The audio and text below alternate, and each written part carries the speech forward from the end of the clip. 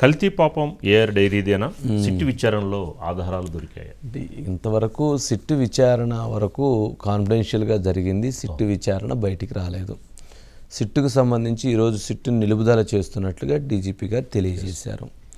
సిట్లో అంటే ఇప్పటికే ఆ గత 2 రోజుల్లో తీసుకున్నటువంటి వాటి ప్రకారంగా ఏఆర్ ఫుడ్స్కి వెళ్ళి అక్కడ ఉన్నటువంటి వాళ్ళని డేటా అడగాలని చెప్పని సిట్టు భావించిన వెంటనే సిట్టులో ఎవరైతే ఏఆర్ డైరీ చైర్మన్ కోర్టుకు వెళ్ళిపోయారట.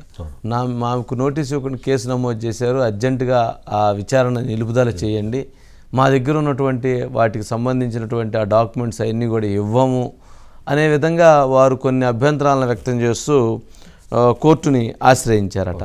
అంటే ఎందుకు అంత కంగారు పడుతున్నారు వాళ్ళు? ఏదైతే వాళ్ళ దగ్గర ఉన్నటువంటి ఆధారాలని అందజేస్తే సరిపోతుంది కదా. ప్రాథమికంగా మొన్న తమిళనాడు విజిలెన్స్ వాళ్ళు చేసినటువంటి విచారణలో కూడా ఒక అంశం స్పష్టంగా బయటపడింది. ఏంటి అనంటే వాళ్ళు ఉత్పత్తి చేసినటువంటి నెయ్యి వాళ్ళు సప్లై చేసినటువంటి నెయ్యికి మధ్య వ్యత్యాసం ఉంది. వాళ్ళు ఉత్పత్తి చేసినటువంటి నెయ్యి ఒక 100 కేజీలు అని అనుకుంటే, కానీ వాళ్ళు 150 కేజీల నెయ్యిని సప్లై చేశారు. అది ఎలా సాధ్యం అవుతుంది? 50 కేజీల నెయ్యి మరి ఎక్కడి నుంచి అన్నా కొన్నారా? కొనలేదు. మరి 50 కేజీల నెయ్యి ఎక్కడి నుంచి కొనకుండా మరి 150 కేజీలు ఎలా అవుతుంది? మరి 150 కేజీల నెయ్యి అవ్వాలి అని అంటే అది ఏదైనా కృష్ణుడు మాయన్న చేయాలి, లేక ఇంకేదన్నా ఇంకొక మాయన్న సృష్టించాలి, జరిగి ఉండాలి. లేదు అని అంటే ఈ 100 కేజీలకి ఇంకేదన్నా నెయ్యిని నూనెలనో లేకపోతే ఇంకో పదార్థాలను కలిపి 150 కేజీలు చేయాలి. మరి అదా జరిగిందా, ఇది జరిగిందా అనేటువంటి దాంట్లో విచారణ మొదలుపెట్టే ప్రక్రియ మొదలవటంతో వాళ్ళు వెంటనే కోర్టుకు వెళ్ళి దీన్ని నిలుపుదల చేయండి అని చెప్పని ప్రయత్నం చేస్తున్నారు. దాన్ని బట్టి మనకేం అర్థమవుతుంది? అక్కడ ఏదో మిస్టేక్ జరిగిందేమో అనేది అర్థమవుతుంది. వాళ్ళు కొన్న పాలంత, ఆ పాల నుంచి వచ్చేటువంటి సగటున వచ్చేటువంటి నెయ్యి అంత, ఆ సగటున వచ్చేటువంటి నెయ్యిలో మరి ఆ ఉత్పత్తికి మించినటువంటి నెయ్యిని సప్లై చేస్తే అది ఎలా సప్లై చేశారు అనేది తెలిపోతుంది కదా.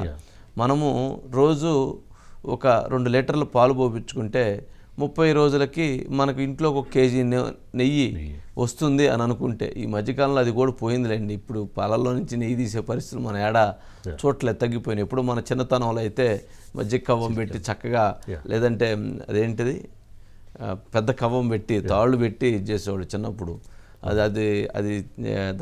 దాన్ని కవ్వం అలా పెట్టి చేయటానికి కూడా బాగా ఉత్సాహంగా ఉండేది. చిన్నపిల్లం కాబట్టి చక్కగా అలా అన్నా ఉంటే అదొక ఇదిగా ఉండేది. మరి అలాంటిది అవన్నీ ఇప్పుడు పోయినాయి, అవన్నీ లేవు. డైరీ పాలు వచ్చిన తర్వాత దాంట్లో నుంచి పోయినాయి, ఆ సిస్టమ్ పోయింది అనుకోండి. ఇప్పుడున్న పిల్లలకైతే అసలు ఏంటియో కూడా తెలవు. సరే ఏదన్నా కానీ ఒక నెలకి మనకి ఇంట్లోకి సరిపోని నెయ్యి ఎంత వస్తుందో అర్థమైపోయింది. అంతేగాని మనకి మరి 2 లీటర్లు తీసుకుంటే కేజీ నెయ్యి రావాల్సింది 4 కేజీలో 3 కేజీలో నెయ్యి వచ్చింది. ఎలా వచ్చింది? రాదు కదా. ఇది సింపుల్ లాజిక్. మరి వాళ్ళు తయారు చేసినటువంటి నెయ్యి అంతా, వాళ్ళు డెలివరీ చేసినటువంటి నెయ్యి అంతా, ఈ చిన్న క్యాలిక్యులేషన్ తీసుకుంటే మొత్తం బయటపడిపోతుంది. అందుకనే వాళ్ళు కోర్టును ఆశ్రయించారనేది జరుగుతున్నటువంటి చర్చ. ప్రతివాడు తప్పు చేసిన ప్రతివాడు కోర్టుకు వెళ్ళి దాని యొక్క ఏదైతే ఇన్వెస్టిగేషన్ ఆపండి అంటే న్యాయం ఎక్కడ జరుగుద్దండి? ప్రతివాడు అనే పదం వాడకూడదు. ప్రతివారు ప్రతి వ్యక్తి తప్పు చేసిన అని కూడా కాదు, తప్పు చేసిన ఆరోపణలు ఎదుర్కొంటున్నా మరి వాళ్ళు ఎవరికైనా కానీ కోర్టుకు వెళ్ళేటువంటి స్వేచ్ఛ ఉంటుంది. అది ఒసామా బిన్ లాడెన్కైనా ఉంటుంది, దావుద్ ఇబ్రహీంకైనా ఉంటుంది, నాకైనా ఉంటుంది, మీకైనా ఉంటుంది, ఎవరికైనా ఉంటుంది. బట్ వాళ్ళ ఉద్దేశంలో అది తప్పు కాకపోవచ్చు, లేదా వాళ్ళు చేసినటువంటి ఆ తప్పుని సమర్థించుకోవడానికి వాళ్ళ దగ్గర కారణాలు ఉండొచ్చు. ఎవరు కూడా తప్పు చేసామని చెప్పి ఒప్పుకోరు కదా. తప్పు చెయ్యలేదనే వాళ్ళు వెళ్తారు. ఆ తప్పు చెయ్యలేదని వెళ్ళేటువంటి ఆ వ్యక్తులు అది తప్పు అవునా కాదా అనేటువంటిది నిర్ణయించాల్సిందే ధర్మాసనం. మరి ధర్మాసనం తప్పు అని నిర్ణయించిన తర్వాత ఖచ్చితంగా దానిపైన ఇది అవుతుంది. మరి ఇప్పుడు వాళ్ళు విచారణలో రేపు ఇది బయటకు వచ్చేసింది అనుకోండి, మరి ఇదే కోర్టు శిక్ష ఇస్తుంది కదా వాళ్ళకి. ఇదే కోర్టు వాళ్ళకి ఉపశమనం కలిగించవచ్చు తాత్కాలికంగా, ఇదే కోర్టు కూడా మళ్ళీ వాళ్ళకి శిక్ష కూడా వేస్తుంది. మరి అందుకని చట్టం న్యాయం బయట ఉంటుంది. కేసు యొక్క తీవ్రతను బట్టి సిట్ అనేది ఫామ్ చేయడం జరిగింది, కాన్స్టిట్యూట్ చేయడం జరిగింది. వాళ్ళు గత 2 రోజులుగా వెళ్ళి అక్కడ ప్రొక్యూర్మెంట్ యొక్క ప్రాసెస్ ఏమిటి, శాంప్లింగ్ ప్రాసెస్ ఏమిటి, ఎక్కడ జరిగే అవకాశం ఉంది, ఎందుకంటే ముందు ప్రాసెస్ అర్థం చేసుకోవాలా. స్టడీ చేసి ఇన్ఫర్మేషన్ తీసుకునే లోపు దేశ సర్వోన్నత న్యాయస్థానం నుంచి ఒక ఆర్డర్ వచ్చాక దాని ప్రకారం ప్రస్తుతానికి దాన్ని ఆ దర్యాప్తు ఆపడం జరిగింది. సర్వోన్నత న్యాయస్థానం సుప్రీంకోర్టు పరిధిలో 3వ తారీఖు వరకు ఆపమని చెప్పినప్పుడు దీనికన్నా ఎక్కువ మాట్లాడటం సమంజసం కాదు. What I told you I already clearly told you. ఉన్నారండి. Right Madhu. Good evening sir. Good evening.